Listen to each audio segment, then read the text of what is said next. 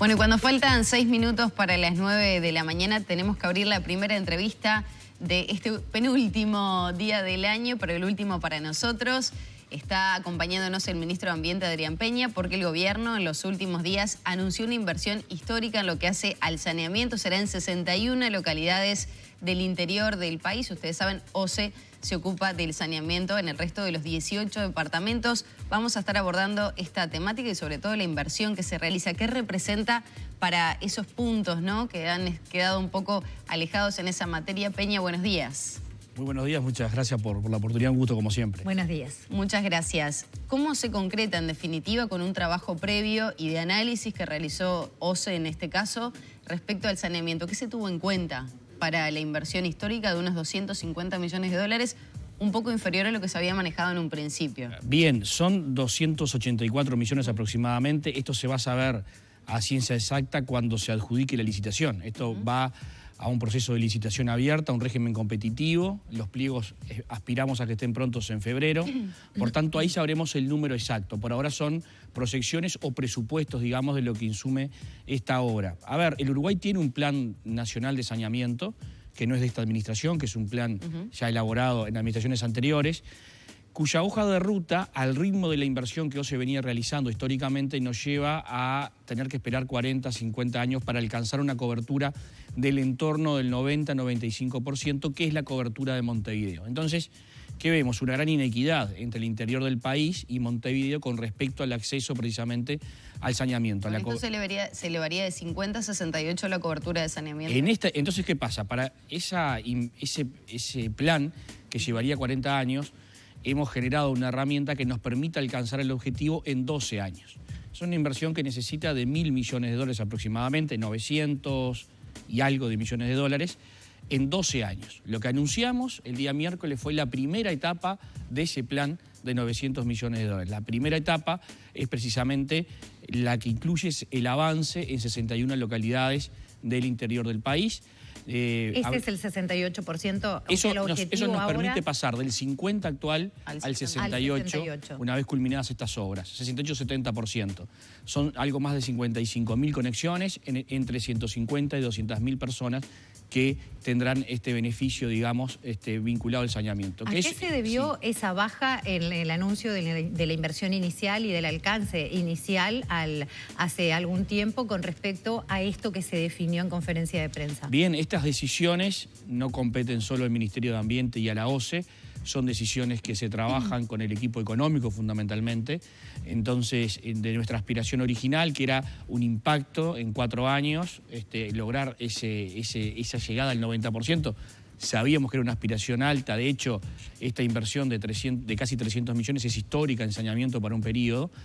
Quiere decir que sigue siendo muy ambicioso lo que estamos haciendo, pero mucho más lo era ese golpe grande hacia los 1.000 millones. Y ahí, bueno, obviamente en el equilibrio que debe tenerse en las decisiones públicas y en las políticas de gobierno, en la articulación con el Ministerio de Economía y fundamentalmente con OPP, que es quien define inversiones de las empresas públicas, quien trabaja junto a las empresas públicas en sus inversiones, se ha llegado al diseño de estas cifras. Pero es un tema de que se bajaron las posibilidades de financiamiento, o hubo más dificultades de la que pensaban en topografía, etcétera, que hace que se tenga que invertir más para alcanzar menos. La opinión de OPP es que era muy razonable alcanzar este objetivo en 12 años, etapabilizar el proyecto, digamos, y de ese modo incluir un financiamiento que lo hace más viable. ¿Por qué? Porque el proyecto original era 30 años, seguramente sea 20 años, eso baja la tasa de interés, baja los costos, se busca allí un punto de equilibrio entre lo que queremos alcanzar y los costos económicos financieros de la obra. Entonces, bueno, vamos por esta primera inversión en este caso.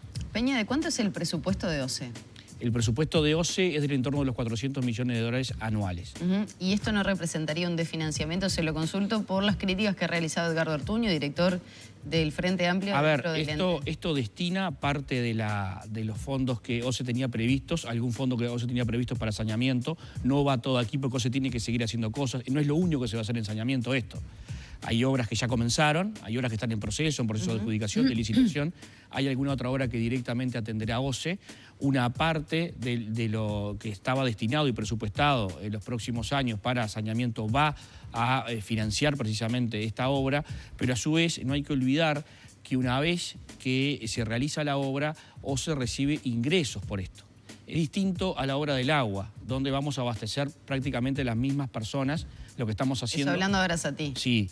Básicamente lo que estamos haciendo es asegurar el agua a la gente que ya está. Ahora, entre lo que ingresa y lo que se invierte... En esto aparece ingresos que no existían. ¿Por qué? Porque la persona conectada paga una tasa de conexión, paga por el servicio todos los meses y eso también entra en la variable. Hay una ecuación que cambia, ¿verdad? Y ese es el modelo que tenemos para el financiamiento de esto hacia adelante. ¿Cómo sería la balanza en ese sentido con ingresos y la inversión? ¿Se podría recuperar o por lo menos equilibrar esa balanza? No, nunca se equilibra porque esto necesita de subsidio, así lo es en todo el saneamiento.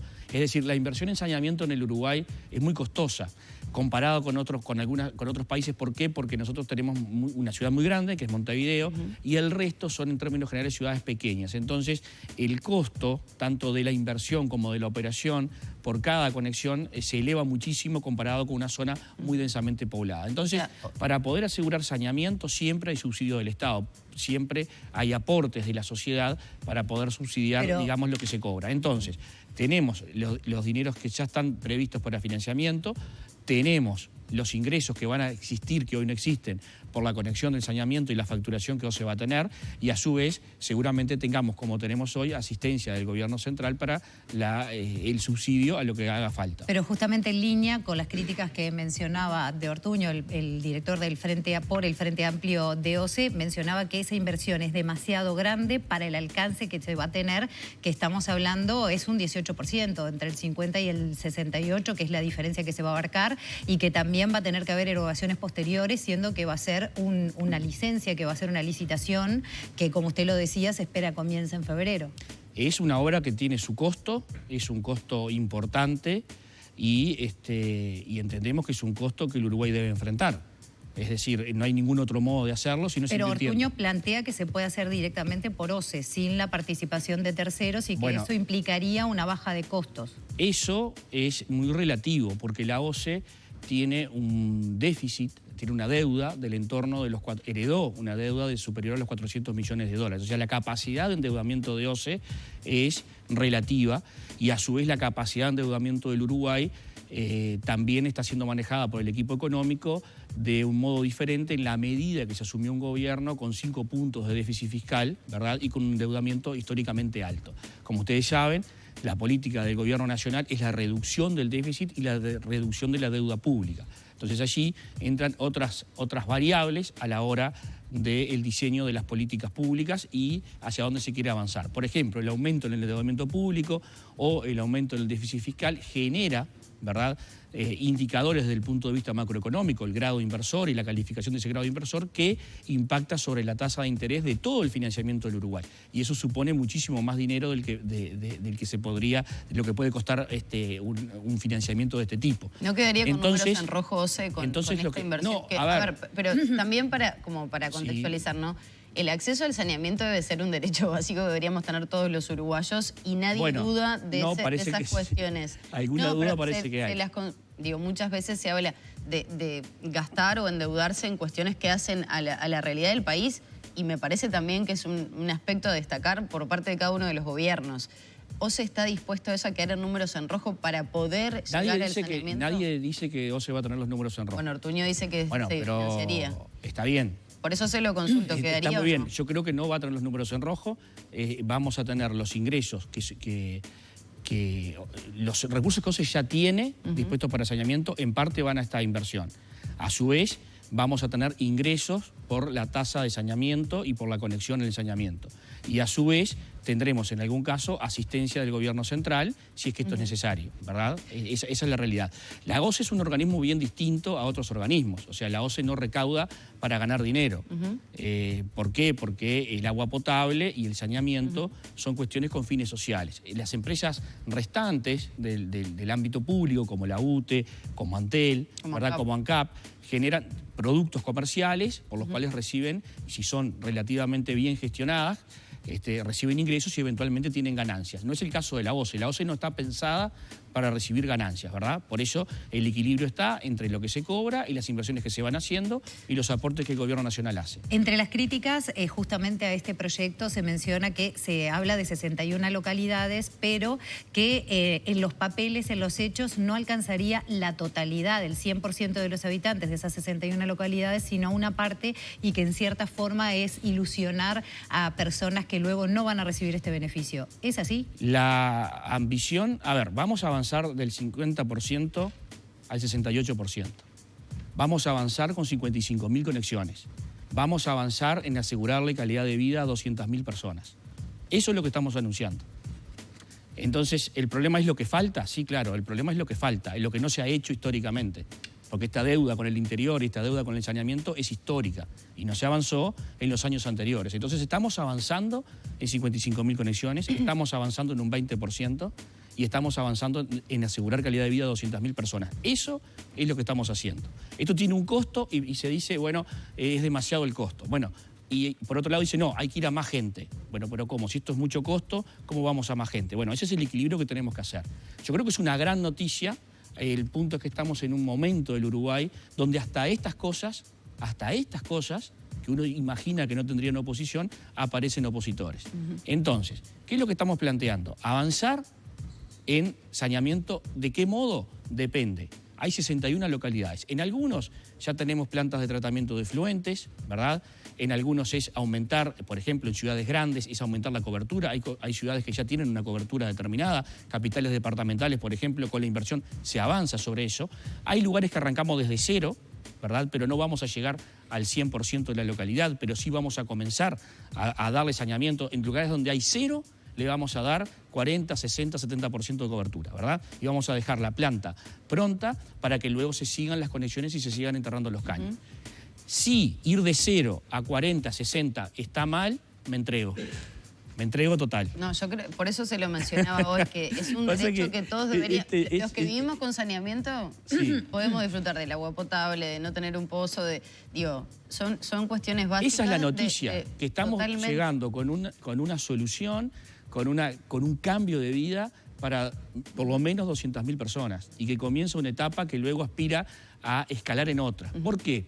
A esto le llamamos sembrar saneamiento. Por ejemplo, en una localidad, imaginemos un pueblo del interior, vos que sos de Canelones, un pueblo del Santoral, ¿no? Yo anoche estuve en San Jacinto, por ejemplo, y me preguntaba por estas cosas.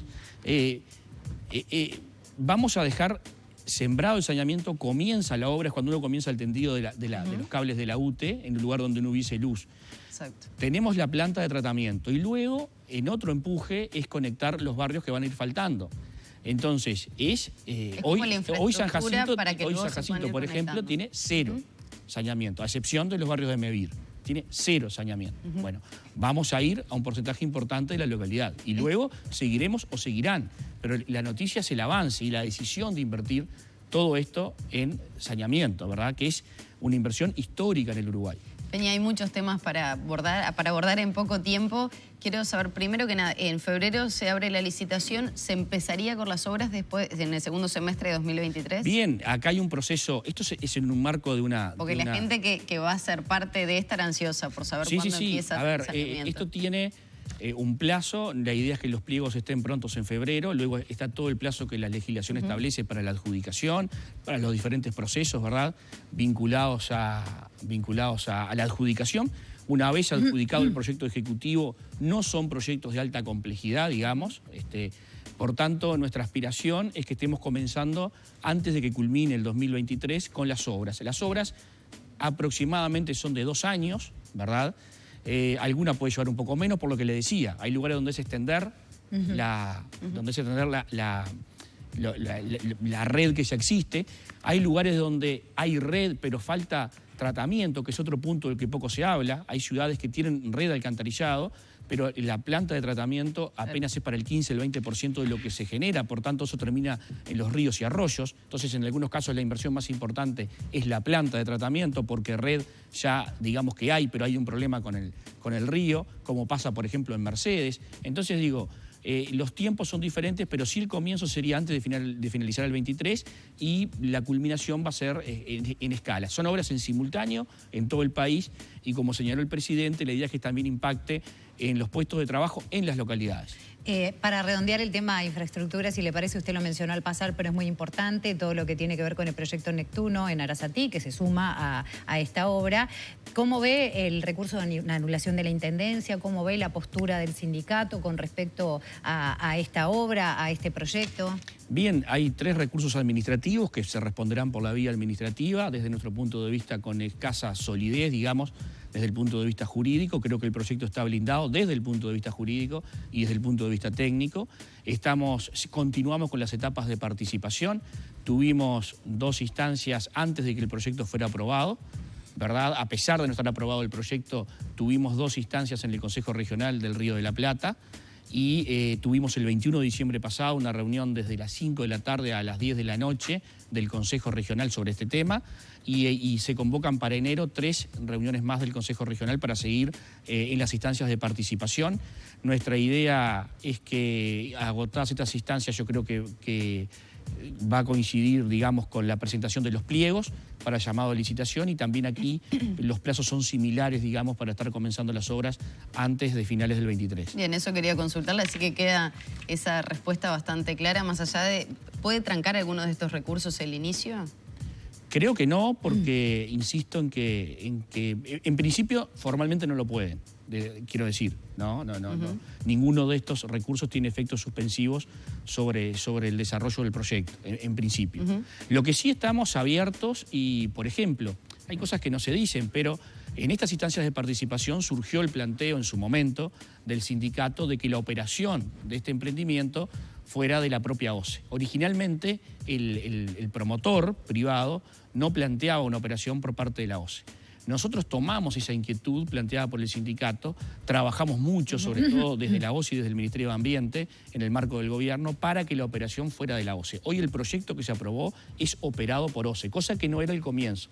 ¿Qué quiero decir? Que en estas etapas los proyectos mejoran o incorporan, ¿verdad?, propuestas de los diferentes actores. El proyecto seguramente pueda recibir aportes y pueda tener algún cambio cuando sea efectivamente licitado.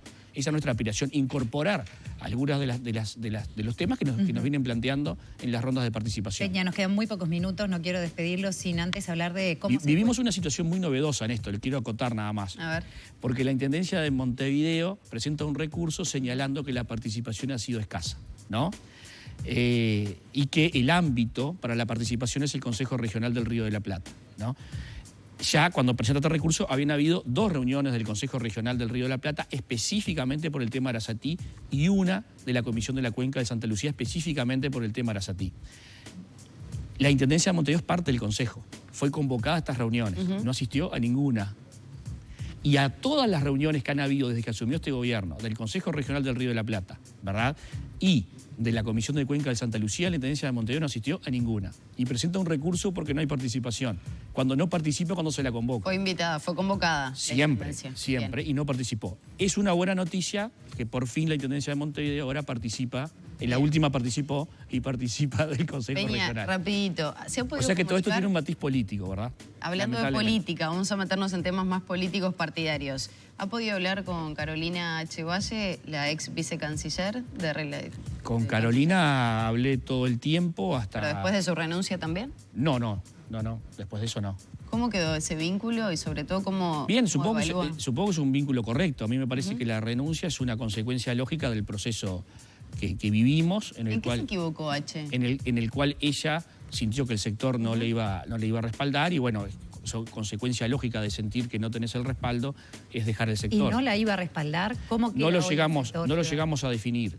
No lo llegamos a definir porque ella adelantó su respuesta y bueno, lo que había en cuestión era un tema que no tenía que ver con el trámite, que no tenía que ver, digamos, con cuestiones administrativas ni jurídicas. Eso estaba laudado y la información había sido brindada ya en la interpelación. Aquí lo que estaban analizando y muchos compañeros habían planteado, o algunos compañeros habían planteado, era una aparente contradicción entre lo que se dijo en el Senado, ¿verdad?, y luego que conocemos los chats. Nosotros no sabíamos de la comunicación entre los subsecretarios, nos enteramos en el día de la interpelación, ¿verdad?, de esa comunicación, y luego no sabíamos el contenido, ¿verdad?, de esa conversación, que fue lo que se conoció hará 15 días. Bueno, allí hay una visión por parte de algunos compañeros de que existía una contradicción entre lo dicho en el Parlamento y la información. Esa es la molestia principal novedosa de Ciudadanos. Ahí hay un tema que trasciende lo administrativo, que trasciende lo jurídico, que tiene que ver con cómo se actúa en política y si eventualmente había una contradicción. Y si esa contradicción era una contradicción menor, era una contradicción importante o era, digamos, faltar a la verdad. Entonces, pero ¿hubo una contradicción? Porque ahora ya están todas las cartas sobre la mesa. La contradicción existe desde mi punto de vista. El punto es que esto se da en un contexto complejo donde creo que Carolina es un poco víctima de su buena fe a la hora de actuar. Lo que no quiere decir que no hayan habido errores. Sí digo que no tengo dudas de cómo actúa y de su probidad moral, pero pudo haber errores y este pudo haber sido uno. ¿Esos errores son únicamente de Carolina H? ¿O usted entiende, en base a lo que decía Vero, ya con las cartas vistas o puestas sobre la mesa, que en el Ministerio del Interior también hubo errores? Acá hay un tema que tiene que ver con el trámite y que tiene que ver con la expedición, y todos nos dicen desde el punto de vista jurídico, y las investigaciones administrativas han señalado que desde ese punto de vista el pasaporte había que darlo, de acuerdo a la reglamentación vigente. Eso es lo que han arrojado todos los informes. Lo otro tiene que ver con valoraciones políticas y ética política. Son valoraciones que cada sector hace. No tiene que ver con cuestiones políticas, jurídicas o administrativas. Entonces allí cada sector y cada partido. Pero no me contestó. Verá cómo actúa. ¿El Ministerio del Interior tuvo errores desde su punto de vista? Desde nuestro punto de vista siempre es el Ministerio del Interior el que finalmente otorga no el pasaporte. Este fue un pasaporte expedido en el exterior por el Ministerio de Relaciones Exteriores, pero siempre hay un último paso que tiene que ver con el Ministerio del Interior. Lo que digo es que por los informes que existen no hay errores desde el punto de vista administrativo y jurídico. Pueden haber valoraciones políticas o éticas que a mí no me corresponde hacer sobre jerarcas que pertenecen a otras colectividades políticas. Ese es el punto. Nuestro análisis con la compañera del sector tenía que ver con cómo se había actuado, no con el trámite. Sobre eso ya no habían dudas y eso había sido expuesto en la interpelación. Peña, muy amable. No, obviamente siempre pareciera que no nos alcanza el tiempo para terminar de abordar cada una de las temáticas. Me tienen que dar más tiempo. Sí. Vamos a proponerlo para el año 2023. Que tenga un muy buen término de año y mejor inicio de 2023. Muchísimas gracias, igualmente. Felicidades. Vamos por ese 2023. Nos acompañó aquí en Arriba Gente